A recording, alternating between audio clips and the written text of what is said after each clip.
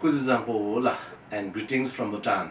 Your Excellency Kun Trinap Thentong, Minister for Education, Thailand, Honorable Ministers of Education from Asia Pacific region, Director Seguro Oyagi, UNESCO Bangkok, Director Ms. Deborah Kamini, UNICEF East Asia and the Pacific Region Office, esteemed dignitaries, delegates, moderators, experts, ladies and gentlemen. I would like to firstly express my appreciation to UNESCO Bangkok in collaboration with UNICEF East Asia Pacific Regional Office and the Regional Office for South Asia for organizing the Asia Pacific Regional Education Ministers Conference II, which is the need of an hour in the aftermath of the recent pandemic. I would also like to thank the Ministry of Education, Thailand, for hosting this critical event with kind collaboration and support of the Ministry of Education, Culture, Sports, Science and Technology, Japan. I sincerely apologize for my absence due to the ongoing parliamentary sessions. The second Asia Pacific Regional Education Ministers Conference could not be timelier as it is taking place when the nations of the world are pushed to rethink, adapt and transform long-standing systems and lines of thought. And for the developing countries like ours, transforming and reimagining education through such collaboration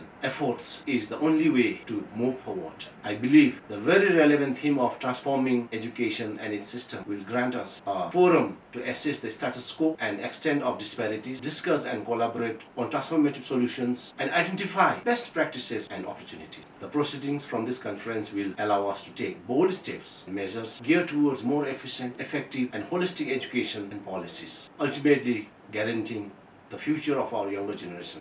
His Majesty, the King of Bhutan, had also issued a royal edict commanding a major education reform. A quote from the royal edict that resonates with this meeting reads, I quote, "As we prepare to educate and equip learners with competencies for 21st century, we must equally prioritize their holistic development so that they become caring, dependable, and honest human beings." I unquote. We must not only drive for change and 21st century skills, but also prioritize holistic development of each child with value so that they grow to be competent, national and global citizens. We are currently working on new perspective called Bhutan Baccalaureate as the driver of transformation and thus revamping the curriculum, teaching, learning, assessment and institutional arrangement among others. We are also investing and focusing on improved data systems and data culture.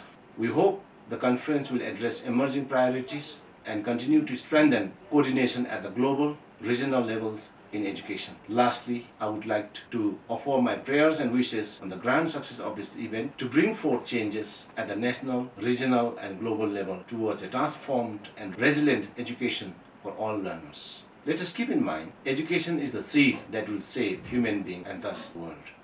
Thank you and Tasdile.